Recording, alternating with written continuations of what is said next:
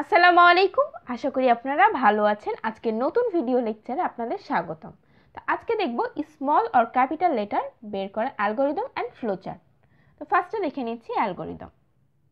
তো যেহেতু algorithm step by step কাজ করতে হয়, সেহেতু অ্যালগরিদমের ফার্স্ট স্টেপে প্রোগ্রাম স্টার্ট করতে হবে। দেন একটা ক্যারেক্টার টাইপের ভ্যারিয়েবল নেব।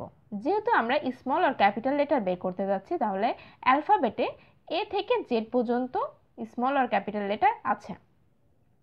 তো যে কোনো একটা ভ্যারিয়েবলের ভ্যালু যদি আমি ক্যারেক্টার টাইপ দিই, দ্যাট মিনস হচ্ছে যে কোনো অ্যালফাবেট দিই, সেক্ষেত্রে সেটা হচ্ছে স্মল অর ক্যাপিটাল লেটারের এ থেকে জেড পর্যন্ত।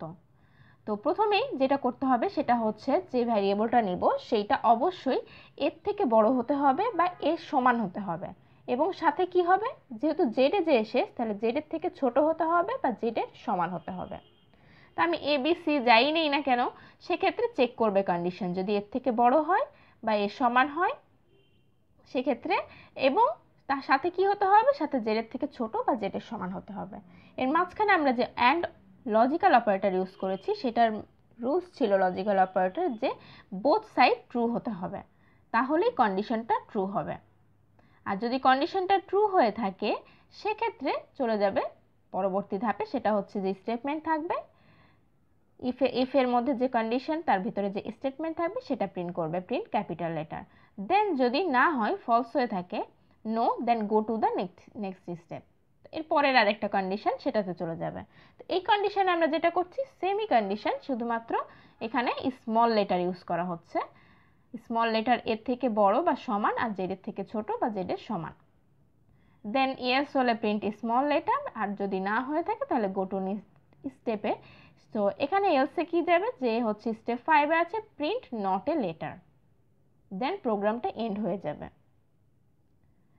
এর পরবর্তীতে এই অ্যালগরিদমের ফ্লোচার্ট দেওয়া আছে। সো ফ্লোচার্টটা দেখে নিই। সো ফ্লোচার্ট আর অ্যালগরিদম সম্পর্কে যদি আপনাদের আইডিয়া থাকে তাহলে অবশ্যই এই সিম্বলগুলো সম্পর্কে জানেন।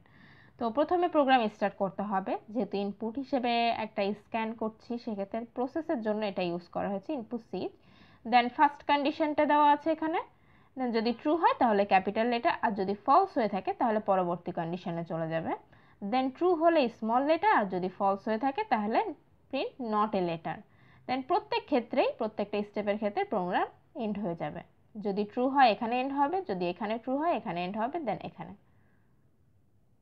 তো ধন্যবাদ সবাইকে, আশা করি আপনাদের বুঝতে পেরেছেন। আর যদি কোনো সমস্যা হয়ে থাকে তাহলে অবশ্যই কমেন্ট করে জানাবেন। আবারও কোনো নতুন ভিডিও নিয়ে চলে আসবো, ততদিন পর্যন্ত ভালো থাকবেন, সুস্থ থাকবেন। আল্লাহ হাফেজ।